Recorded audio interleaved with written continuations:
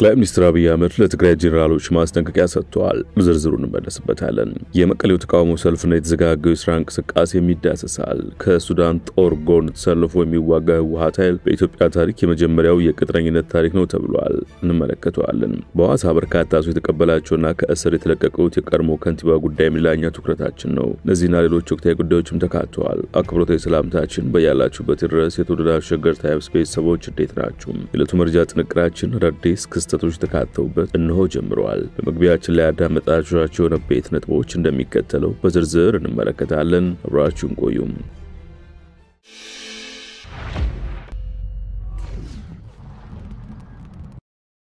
ጠቅላይ ሚኒስትር አብይ አህመድ ለትግራይ ጄኔራሎች ማስጠንቀቂያ ሰጥተዋል። ጠቅላይ ሚኒስትሩ ማሳሰቢያ የሰጡት ከፖለቲካ ፓርቲ ተወካዮች ጋር ባደረጉት ውይይት ነው። አብይ በትግራይ ክልል የሚገኙ ተፈናቃዮች ወደ ቀያቸው እንዲመለሱ 100% ዝግጁ ነን ሲሉ ተናግረዋል። ምንም እንኳን ሂደቱ የህወሓት ታጣቂዎች ተቀላቀሉበትና ከ60 ሺህ በላይ የአማራ ተወላጆች ከራያ አካባቢዎች የተፈናቀሉ ቢሆንም ጠቅላይ ሚኒስትር አብይ ግን ከዚህ ቀደም ወደ ራያ የትግራይ ተፈናቃዮችን መልሰናል ሲሉ ተደምጠዋል። ወልቃይትም እንዲህ አይነት ሐሳብ ነው ያለን ያሉት ጠቅላይ ሚኒስትሩ ከጊዜ መንግስቱ ጋር የተነጋገር ነው እነዚህ ሰዎች የፖለቲካ መጠቀሚያ እንዳይሆኑ ነው በማለት ተፈናቃዮቹ ቶሎ በሚመለሱ በቀዳሚነት የምታተርፈው ኢትዮጵያ ነች ብለዋል። በእኛ በኩል አንድ አይደለም 10 ጊዜ እቅድ አውጥተናል በማለት ትግራይ ጉዳይ ብዙ የማይገደን እንዳይመስላችሁ ሲሉ ነው የተደመጡት። ጠቅላይ ሚኒስትሩ ሲቀጥሉ ያስጨነቀን ጉዳይ አለ ሲሉ ነው የጠቆሙት። እርሱም በትግራይ የሚታየው ዳግም ጦርነት የመስበቅ እንቅስቃሴ ነው። አሁን ዘመኑ ተቀይሯል የሚሉት አብይ በጦርነቱ ጊዜ ከ4 ዓመት በፊት የነበረን የውጊያ አቅምና ቴክኖሎጂ ዛሬ ካለው የተለየ ነው። ይህን አቅም ገንብተን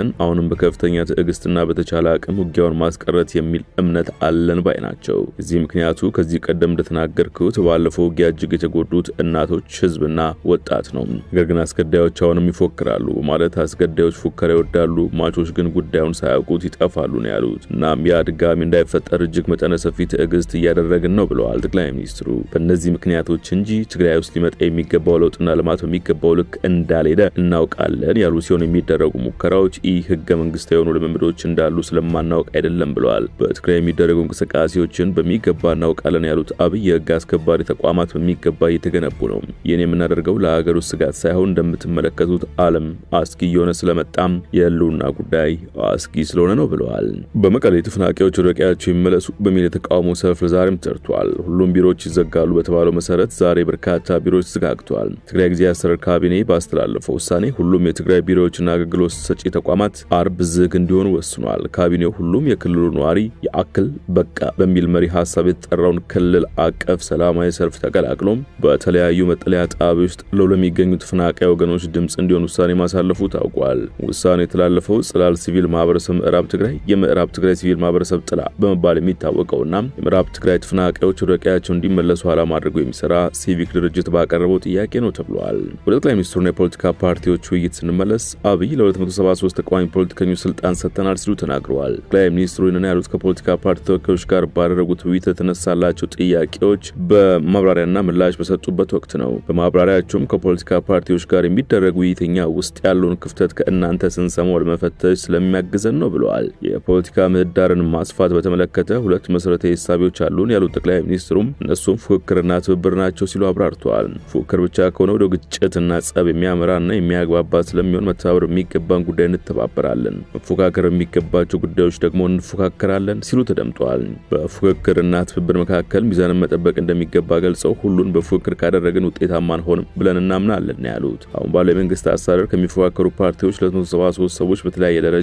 በአመራርነት ተሳትፎ እያደረጉ እንደሆነ አንስተው 4 ሚኒስትሮች፣ 4 ሚኒስትር ዴታዎች፣ የቢሮ ኃላፊዎች እንዲሁም በዞንና ወረዳ መዋቅሮች በአመራርነት ተሳትፎ እንዳላቸው ገልጸዋል። ይህም መንግስት ለትብብር ቦታ እንዳለው በቂ ማሳያ ነው ብለዋል። ፓርቲዎች ሰብሰብ ብለው ጠንካራ ሆነው ሐሳብ ኑሯቸው ከመምጣት ይልቅ በርካታ ፓርቲ እንዳለና ሁሉም የሚፈልገው ሊቀመንበርነት መሆኑን ሰብሰብ ባለ ማለት ትብብሩን አስቸጋሪ እንዳደረገው አመላክተዋል። ኢትዮጵያ እንደ ታላቅ ሀገርና እንድትቀጥል መንግስት በኩልም ሆነ በሚፎካከሩ ፓርቲዎች በኩል የተወሰነ ደረጃ የመተው ልምምድ ያስፈልጋል ብለዋል። ከዲሞክራሲ ልምምድ ችግር የተነሳ በየቦታው ውስንነቶች ይኖራሉ ያሉት ጠቅላይ ሚኒስትሩ የሚጎርለውን እያየን እየሞላን ብንሄድ የተሻለ ይሆናል ሲሉም ነው ያስረዱት። ብልጽግና የሆነው ሁሉ ምንም እንከን የለበትም የሚል አይነት ሐሳብ እንደሌለው ገልጸው እኛ ጋር ያለውን ጠቁሙን ማስረጃ እየገመገምን ምን እርምጃ እንወስዳለን እናንተም ስንጠቁማችሁ ስሙ ብለዋል። ለመፈታተሽ ዝግጁ ካልሆናችሁ በቀር የምንፈልገውን ነገር አናመጣም የከበደን ነገር ማወቅ ያስፈልጋልም ነው ያሉት። በፉክክርና ትብብር መካከል ቆመን ምህዳር ለማንም ይሰፋው ሐሳብ አንግቦና ሰንቀው ተደራጅተው ሐሳቡን ሽጦ በፖለቲካ መድረክ ሚናውን ለመወጣት ለሚፈልግ ሰው ነው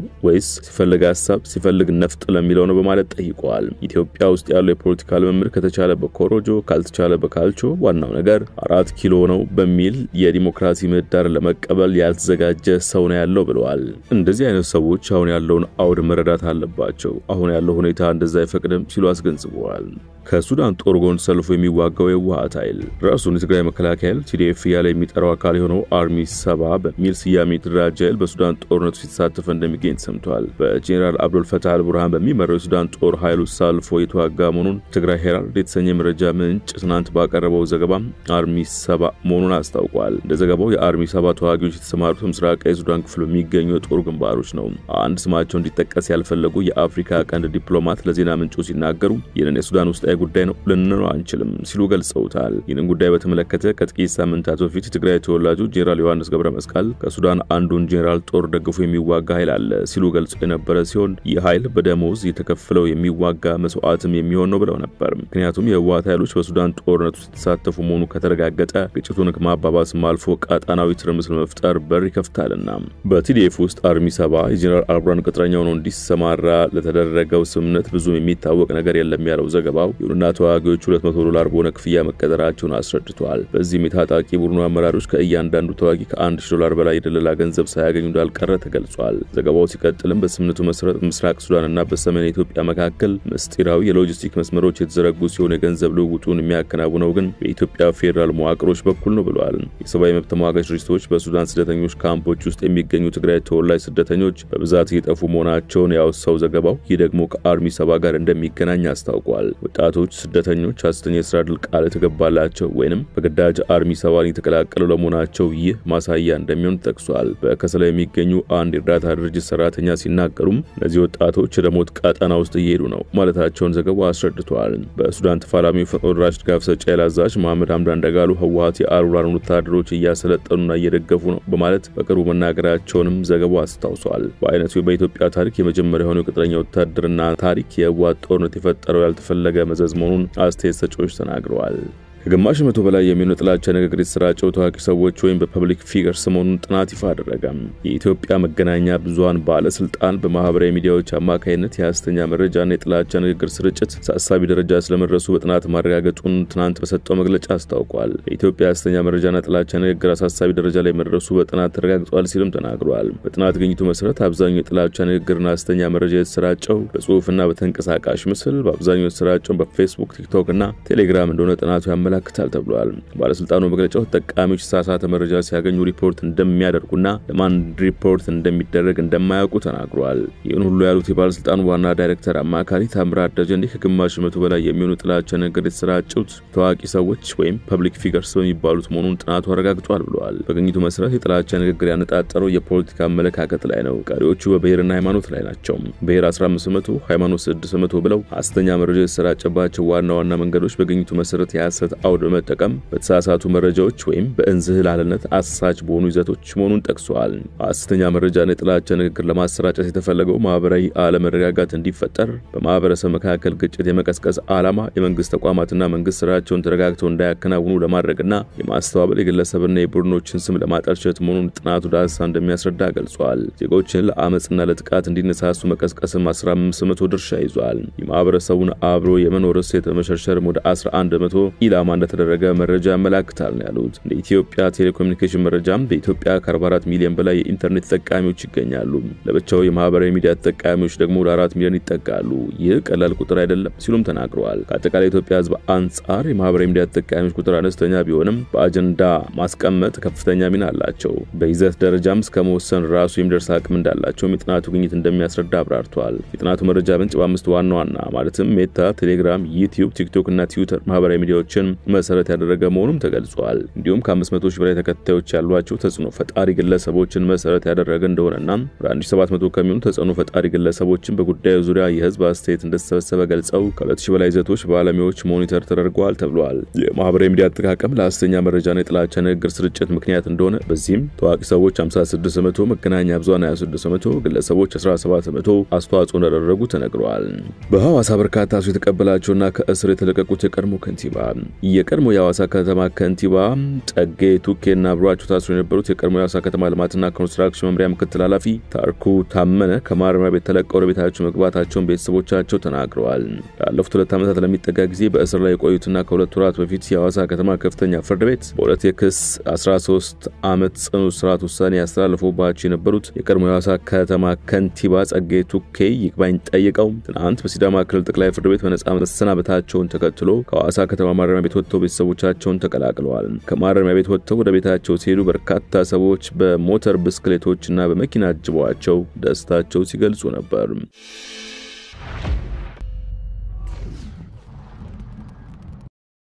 ጥንቅራችን እንደቀጠለ ነው። ወደ ላይኛው ጉዳያችን አምራችሁ በኢትዮጵያ የኢራን አምባሳደር አዲስ አበባ ላይ መግለጫ ሰጥቷል። ከባለፈው ሳምንት አርብ ጀምሮ የእስራኤል መንግስት በኢራን እስላማዊ ሪፐብሊክ ግዛት ላይ የሚፈጽመውን ጥቃት ለመመከት እንዲሁም ሉዓላዊነቷንና ህዝቧን በሙሉ አቅም ለመጠበቅ ኢራን ዝግጁ መሆኗን በኢትዮጵያ የኢራን እስላማዊ ሪፐብሊክ አምባሳደር አሊ አክበር ራዛኢ ገልጸዋል። አምባሳደሩ በትናንትናው ዕለት በሰጡት መግለጫ ኢራን ከእስራኤል ጥቃት ራሷን የመከላከል ተፈጥሯዊ መብቷን ትጠቀማለች ሲሉ ተናግረዋል። እስራኤል የተባበሩት መንግስታት ድርጅት ቻርተር አንቀጽ 2 ቁጥር 4ን በመጣስ በሉዓላዊቷ የኢራን እስላማዊ ሪፐብሊክ ላይ ጥቃት ፈጽማለች ያሉት አምባሳደሩ ኢራን በመንግስታቱ ድርጅት ቻርተር አንቀጽ 52 መሰረት ራሷን የመከላከል መብት አላት ሲሉ ገልጸዋል። እኛ ጦርነቱን አልጀመርነውም፣ ነገር ግን ህዝባችንና ሀገራችን ሙሉ አቅማችን በመጠቀም ለመጠበቅ ዝግጁ ነን ብለዋል። የእስራኤል ጽዮናውያን አገዛዝ የኢራንን ሰላማዊ የኒውክሌር ተቋማት ጥቃት ኢላማ አድርገዋል ያሉት አምባሳደሩ በኒውክሌር ተቋማት ላይ ጥቃት መፈጸም በአካባቢ ላይ የሚደርሰው ጉዳትም ለሁሉም ግልጽ ነው ሲሉ አብራርተዋል። ከዚህ ባሻገርም የዓለም አቀፉ የአቶሚክ ኢነርጂ ኤጀንሲ ኃላፊ ባደረጉት ፍተሻ እስራኤል ኢራን የኒውክሌር ቦምብ ልትሰራ ነው ስትል ያቀረበችው ክስ ሐሰት እንደሆነ ማረጋገጣቸውን ተዘግቧል። የአምባሳደር ራዛኢ በመግለጫቸው ሆስፒታሎች፣ ብሔራዊ የሬዲዮና ቴሌቪዥን ህንጻ፣ የመኖሪያ ቤቶችና ንጹሃን በእስራኤል ጥቃቶች ኢላማ ተደርገዋል ያሉ ሲሆን በዚህም የ3 ወር ህጻናትና ነፍሰ ጡር ሴቶችን ጨምሮ በርካቶች ተገድለዋል ብለዋል። በተጨማሪም የእስራኤል አገዛዝ ጥቃት የሰነዘረው ኢራንና አሜሪካ በኒውክሌር ጉዳይ ላይ ለ5 ዙር ያህል ድርድር እያደረጉ ባሉበት ወቅት ነው ሲሉ ተናገሩት። አምባሳደሩ ይህም ማን ሰላም ፈላጊ ማን ጠባጫሪ ነው የሚለውን በግልጽ ያሳያል ሲሉ መናገራቸውን አሃዱ ዘግቧል። ከዚሁ ጋር በተያያዘ ሳምንት በሆነው እስራኤል በኢራን ላይ በከፈተችው ጥቃት አሜሪካ ለመሳተፍ እጇን የምታስገባ ከሆነ ሲኦል ይከሰታል ሲሉ የኢራን ምክትል የውጭ ጉዳይ ሚኒስትር ሰዓድ ኻትቤዛዴህ ተናገሩ።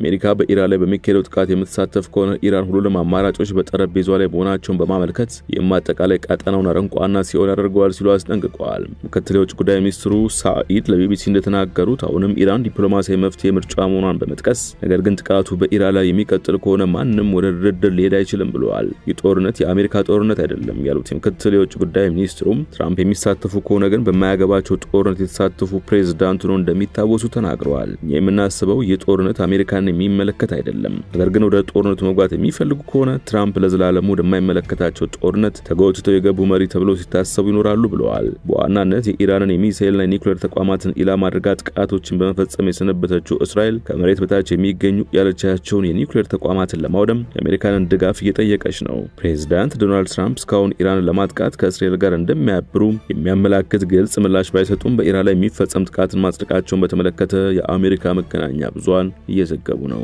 የመረጃ ጥንቅራችን አበቃ። በያላችሁበት ሰናይ ጊዜ።